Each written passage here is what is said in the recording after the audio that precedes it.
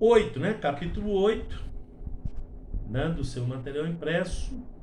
Ó, voltou de novo. Tá caindo toda hora aqui, tá chovendo muito aqui perto, né? Tô escutando até o... Aqui em casa não tá chovendo não, mas tá chovendo por perto aqui, né? E É, as antenas são prejudicadas. Sim. sim, essa ideia desse jejum, que eles falam que é jejum de Daniel, ele copiou do neopentecostalismo, né? É, Eles que criaram eles isso pegam aí. tudo e faz um sistema humano para tentar, tá? E não é isso que a gente quer, né? Se a pessoa conseguir fazer o que nós estamos fazendo aqui agora, nós vamos produzir virtudes cristãs. É muito mais interessante do que tentar agradar a Deus com cerimônias, né? Com cerimonialismo. Depois eu falo para vocês sobre esse cerimonialismo, que isso né? Se a gente não tomar cuidado, leva a gente para o lugar falso, né, para adoração falsa, tá? Então um estudo bem aprofundado de tipo e antítipo ajuda a gente a entender o que é cerimônia, o que é real, tal, para a gente não cometer esses erros, né? Para as pessoas não cometer essas falhas aí básicas, né? São falhas básicas, né? Estruturais aí da fé, tá? Bom, vamos para as virtudes então? Todas as virtudes cristãs que se menciona aqui são produzidas no cristão também pelo Espírito Santo. Lembrando vocês que o homem natural não tem virtude dele mesmo, né? Então tem que ter Deus no meio aí para acontecer, tá?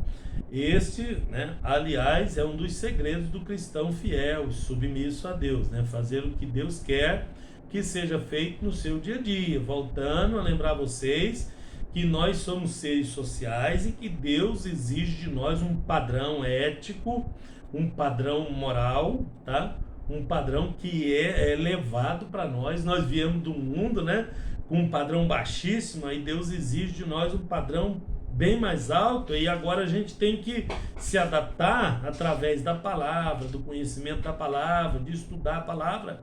A gente tem que se acostumar a um padrão um pouco mais elevado, né? Bem mais elevado do que o que a gente estava acostumado, tá? Ele colocou aí 9 virtudes, né? Chamadas de fé conduta, tá? Que orientam o comportamento do cristão aí quando a pessoa tem que tomar decisões, né? Caracterizam alguém que é realmente convertido ao Evangelho, né? Com submissão, né? Ao Senhor e vivendo guiado, dirigido pelo Espírito Santo, tá? Então, a primeira é a diligência, tá? A primeira virtude cristã, tá? É a diligência. Ela aparece, não às vezes com essa palavra, mas sinônimos em várias referências bíblicas. Aí tem uma lista delas aí para vocês verem, tá? 16 referências que ele listou aí, tá? Isso significa diligência, isso significa esforço total, boa vontade, prazer, zelo, cuidado, tá? Então, diligência você vê no diácono. Tem um diácono lá na igreja e ele é muito ágil, ele presta atenção, ele busca uma água, ele arruma uma coisa, tem uma goteira ali, ele corre lá, pega um rodo, né? Ele tem prazer em ter aquele zelo, em prestar atenção, em ter aquele cuidado, né? Eu conheço diácono, né, que ele vai lá para a igreja antes do culto com um cordãozinho, amarra um cordão no primeiro banco, estica até lá no último banco e põe os bancos alinhadinhos para ficar assim igual militar mesmo, um atrás do outro, tá?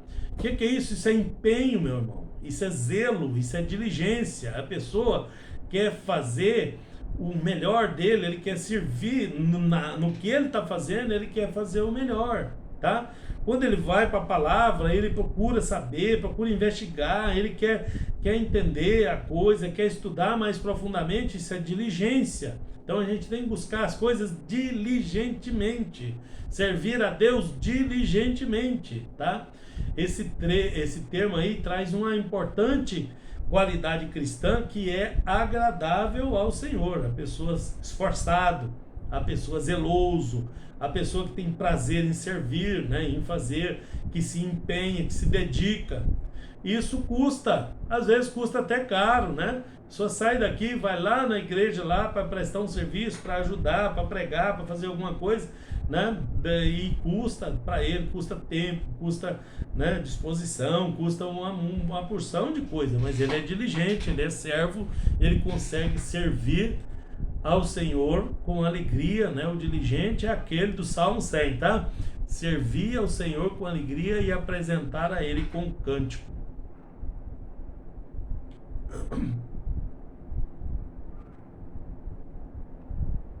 Caiu?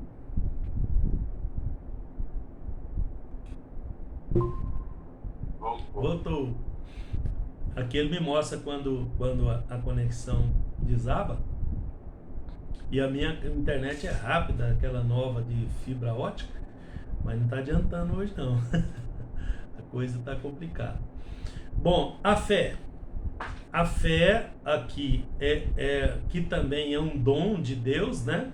Mas ela é uma virtude espiritual também, foi incluída aqui, tá? Além de ter significado muito especial, né? O termo fala de crescimento das virtudes a ela, né? De acrescentar a ela. Na verdade, não é ela como virtude, é acrescentar virtudes à fé, né? De que a Bíblia fala, tá? Então, ela é um importante adicional, né? Complementar de várias virtudes, tá? O sentido é acrescentar, é fornecer, é suprir, né? Sustentar. Isso representa que a fé, sem os outros componentes da vida cristã reta, santa e justa, ela não é autêntica, ela é insustentável, ela é infrutífera, né? Então, olha, acrescenta essas virtudes aqui à sua fé. Quer dizer que se a fé for limpa, sem nenhuma virtude, sem nenhuma dessas outras qualidades aqui, ela é uma fé que ainda pode ser melhorada, que ela não está pronta, não está completa, vamos dizer assim. Vou usar a palavra completa aqui, tá? Bom, tanto no sentido passivo para si mesmo, né, quanto no ativo para as outras pessoas, a fé se mostra carente de apoio das outras virtudes citadas lá em 2 Pedro, capítulo 1, versículos 3 até o versículo 11, né? Assim, a fé não é autossuficiente, né? A não ser que ela seja considerada como tal, né? Se for acompanhada pelas demais virtudes cristãs aí. Ela é suficiente para salvar, mas para manter ela, para sustentar ela tem que ser acompanhada de algumas virtudes que Pedro descreve para nós lá em 2 Pedro, capítulo 1, do verso 3 ao 11, né? Aliás, a fé é a base da salvação, mas não pode ser aceita isoladamente das outras virtudes por isso, né? Porque elas precisam estar presentes no cristão ali, né? Tem que acrescentar uma coisa à outra, né? Se a fé foi isolada das 8 virtudes citadas por Pedro lá, né? Se ela não fosse suficiente para a salvação, pelo menos muito fraca e suscetível a permitir a queda espiritual, ela é, tá? Se ela for ali, não, essa fé é suficiente para a salvação, mas ela tá tão fraquinha, tá tão pequenininha. Vocês sabem que a fé tem tamanho, né? Os próprios apóstolos falaram para Jesus: Senhor, aumenta-nos a fé, né? Como é que nós fazemos aqui para, né, para dar por isso, porque ela precisa de outras qualidades, outras virtudes juntas aí, porque sem ela fica bem fácil, né, do inimigo operar e derrubar a pessoa, tá? Então, a fé isolada, ela é bem fraca, ela precisa das outras virtudes que eleva ela. Às vezes a gente tem isso isoladamente, assim, naturalmente, quer dizer, né? A gente faz isso naturalmente sem ver. Agora nós vamos estudar isso, né? Então Pedro, né, o apóstolo Pedro fala que a fé genuína é como uma corda de 9 pernas, né? E a fé isolada como uma das 9 pernas da corda, sozinha, tá? Então não se pode esperar que uma perna sozinha da corda tenha a mesma resistência de 9 delas ali, né? Que é a corda completa, tá? Então, por virtude, nós temos aí literalmente, né, que deixa eu só ver a página aqui, porque tem uns, olhando aí, né? A página 97, tá? Página 97, para quem tá acompanhando aí pelo material, né? Todo mundo que tá com material hoje, né? A virtude significa literalmente virtude moral e ética, né? Excelência, louvor, boa qualidade. Esse termo foi usado aí, né, para proezas militares, atléticas, artísticas, comportamentais antes de Cristo, né? Porém, o sentido aplicado por Pedro aí é de virtude cristã mesmo, né? É qualidade orientada pela Bíblia e operada pelo Espírito Santo para o comportamento diário do cristão, do crente aí, tá? O cristão saudável, né, com uma visão bíblica correta, ele não concebe a possibilidade de um filho de Deus viver com um tipo de conduta que dispense essas virtudes cristãs que nós estamos falando aqui, né, da verdadeira fé, como ensina Pedro, tá? A verdadeira fé precisa andar junto com essas virtudes. Elas não são apenas espirituais e latentes, mas elas são sociais, né? Também morais, éticas, tá? Uma pessoa convertida, né, precisa manter isso aí, né? Só com a ajuda do Espírito Santo o cristão consegue, né, a fidelidade necessária para se apresentar aí diante de um Deus santo, poderoso, né? Então, em 1 Pedro capítulo 1, 22, na versão ACF, Almeida Corrigida Fiel, né, diz assim: purificando as vossas almas pelo Espírito na obediência à verdade, né? Só com a ajuda do Espírito Santo o cristão consegue obedecer a Deus de forma correta, né? Purificando as vossas almas pelo Espírito na obediência à verdade. Então, a pessoa, pelo Espírito, é que ele consegue obedecer à verdade. Então, um dos grandes erros que as pessoas cometem logo de cara é imaginar que é ele mesmo. Não, eu tenho que obedecer à verdade. Não, mas espera aí, eu tenho que crescer espiritualmente para dar conta de fazer essa, né, de produzir essa virtude aí, porque eu sozinho não vou conseguir. Então, aí nisso a gente acaba estabelecendo um relacionamento de dependência com Deus. E tudo que Deus quer é esse relacionamento de dependência. O que o homem quer é um relacionamento independente. Ele é criado para ser independente, tá? Mas Deus quer manter um relacionamento dependente conosco, tá? Essa é a grande diferença. O carnal, ele quer ser independente, né? O espiritual, ele cada vez mais está na dependência de Deus, tá? Não se pode esquecer. Bom, o primeiro deles aqui que ele cita é o gnose, né? O gnose é o conhecimento, tá? Os gnósticos lá é os que achavam que tinham os conhecimentos lá, tá? O agnóstico é o que nega a gnose e por aí vai, tá? Então, gnose é o conhecimento, tá? Que esse conhecimento aqui é o conhecimento segundo Deus, né? Espiritual, tal. Não se pode esquecer que existem 4 fontes de conhecimento real, né? Deus, o homem, a natureza e o diabo. Deus, o homem, a natureza e o diabo. 4 fontes, tá, de gnose aqui, tá? Então tem gnose verdadeira, tem gnose falsa, tem a mais ou menos, tá? Tem de tudo aí, tá? Tudo que tem o dos Estados Unidos, tem o do Paraguai aí para contrapor, né? A virtude citada por Pedro, né, é o conhecimento exclusivamente fornecido por Deus, é a sabedoria do alto, tá? É aquela poderosa sabedoria que vem do trono da graça, porque a humana, a diabólica e a natural, né, elas são diferentes dessa aqui. Tal qualidade envolve 4 aspectos aí dos santos e indispensáveis no cristão, tá? A teoria de Deus, né, sobre quem é Deus, tá? Quem é Deus. Segundo a teoria acerca de Deus, né, do que Deus fez, né? Quais são as obras que foram executadas por Deus.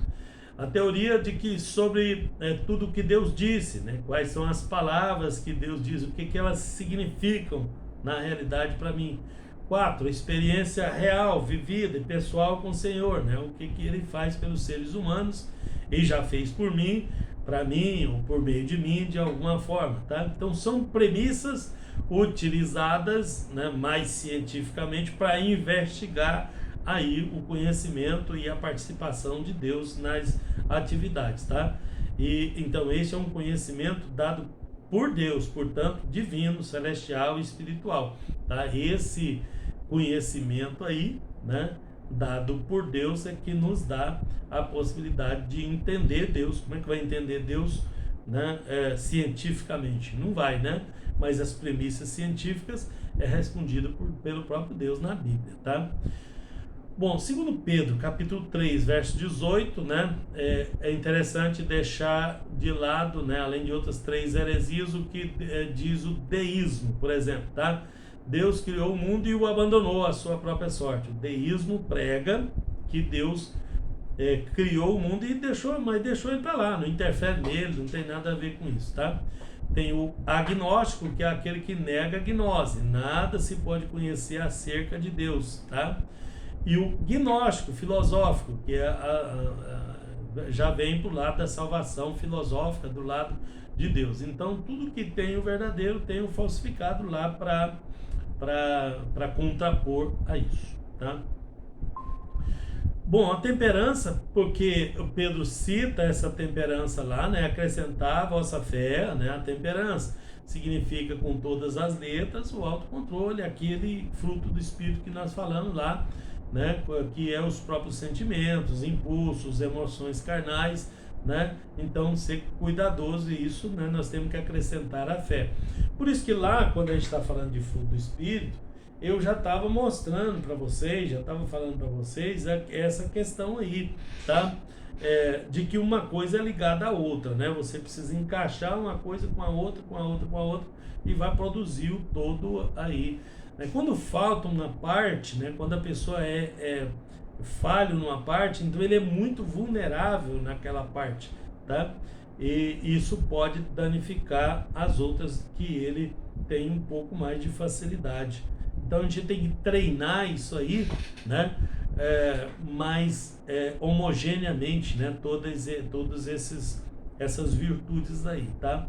Essa temperança aí, o domínio próprio, né? Domínio de si próprio, não é um controle pessoal de impulso, mas é uma permissão para que o Espírito Santo controle as decisões. Eu já disse para vocês e repito, né? Vou repetir nos outros, que não é a pessoa sozinha que faz, ele nem consegue fazer isso sozinho, né? Então, o que é a temperança? Eu abrir o meu coração para que o Espírito Santo, operando em mim, possa me ajudar a tomar decisão e eu não fazer coisa errada. Quando eu quero ser independente, é eu que tenho que tomar a decisão, eu tenho que falar, eu tenho que fazer, aí eu acabo não conseguindo fazer o que preciso, não produzindo essa virtude espiritual aí, tá? Então a pessoa acaba sendo disciplinada, né? Tendo disciplina, não disciplinado no sentido de ser tolhido, tá? Mas não é uma disciplina pessoal, é uma disciplina espiritual, né? Do Espírito Santo, tá? Bom, depois vem a paciência, né? Permanecer, continuar, persistir, nunca desistir, né? Que também é espiritual, é uma permissão, né?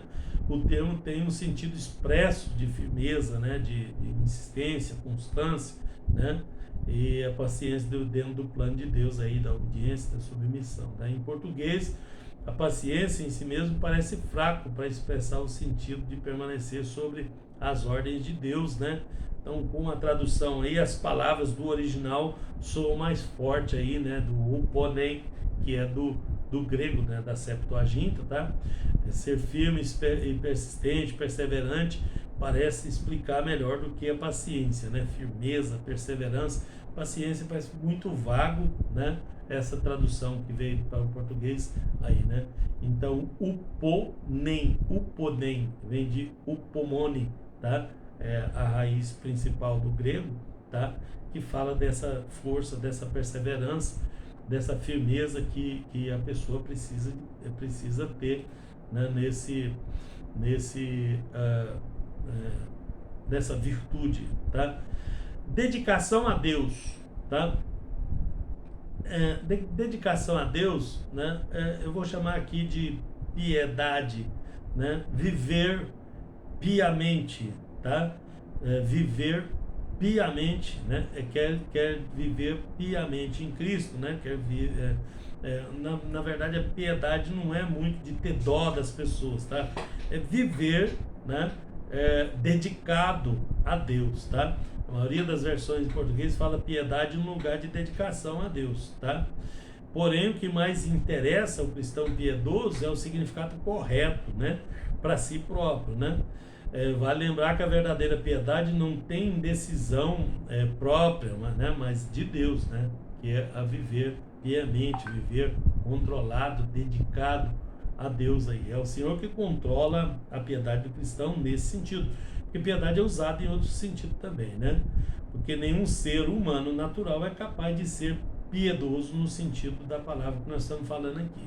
Logo, a piedade é uma forma de renúncia pessoal, tá? Em favor de viver o plano de Deus na sua vida, tá? Então, quando a Bíblia fala lá de piedoso, né? Então, cuidado aí para prestar atenção na palavra, porque a palavra que vem da raiz é essa palavra de dedicação. Ele vivendo piamente, vivendo, tá? Dedicado para Deus, tá? Depois vem fraternidade. Essa palavra vem do grego, né? Filadélfia, tá? Fraternidade vem do grego Filadélfia. Quer dizer amor fraterno, amor fraternal. É uma das formas do amor, tá? Aquele outro amor que nós falamos era ágape, né? Aqui, esse amor aqui é o amor fileo, amor fraternal, philos, adelphos, tá? Então, quer dizer amor fraterno, né? Amor verdadeiro entre irmãos de fé, tá? O termo é derivado de philos, amigo, né? Mais adelphos, irmão, né? Um irmão chegado, um amigo chegado como irmão, né? Então, isso é fraternidade, tá? E daí vem a palavra Filadélfia, tá? Bom, o amor, né? O grego ágape, né? Nós já falamos dele aqui, né? Vai aqui. Mas vamos porque ele vai falar dos outros aqui, tá? O amor ágape nunca ágape, mas agape, né? O nome certo é agape, o acento é no segundo A. Quer dizer um amor, autoestima, grande consideração, respeito sincero, né? Significa isso aí no dicionário, respeito e tal, tá? No último versículo da referência aí de 1 Coríntios 13, né? Que é aquela galeria do amor lá, diz que o maior dos dons é o amor, né? Então o grego koiné, que é o grego popular, né? Do tempo do Alexandre, 330 antes de Cristo até 330 depois de Cristo, né? Vai lá de Alexandre até lá em Constantino, tá? 330 antes de Cristo, vai dar lá em Alexandre. 330 depois de Cristo, vai dar lá em Constantino, tá? Contém 5 termos que significa amor, tá? O ágape, né? Então tem o eros, que é paixão carnal, o amor passageiro, né? Humano, né? Palavra que não aparece na Bíblia, tá? Esse pode ser do correto entre os cônjuges, por exemplo, que eu falei para você, ou errado se for prostituição, adultério, fornicação ou algum tipo assim, mas é o amor eros que está em voga aqui, tá? O amor storge, né, que é o amor sincero entre amigos, parentes chegados, também não aparece na Bíblia, né? O filia, né? Desse aqui vem o filia, é o amor exagerado, tá? É sem controle, é escravo do próprio sentimento. Então ele não é um amor de Deus, tá? É um amor, nós estamos vendo a palavra amor no grego, como é que ela funciona. Filia é o amor exagerado, daí vem pedofilia, vem necrofilia, vem gerontofilia, cosmofilia, tudo filia aí é amor exagerado, tá? E aparece na Bíblia, Tiago 4:4, tá? Então, depois vem o filéu. Filia é uma coisa, filéu é o outro, tá? É o amor, amar, gostar de, né? Beijar, tá? Então, filéu, tá? Fileidonoi, tá? Quer dizer amigo dos prazeres, né? Amor, é gostar, é afeto, tá? Então, o amor tem várias palavras que definem o amor e pode ser visto no grego, né? Quando você vê a Bíblia no grego original, você vai ver o amor em várias nuances. Por isso que é importante saber isso aí, tá? Mas aquele amor que vem de Deus, que é fruto do Espírito, é o amor ágape, tá? Então, só para separar aí na sua cabeça, né? Uma coisa da outra, para não ficar aí sem, né? Sem saber.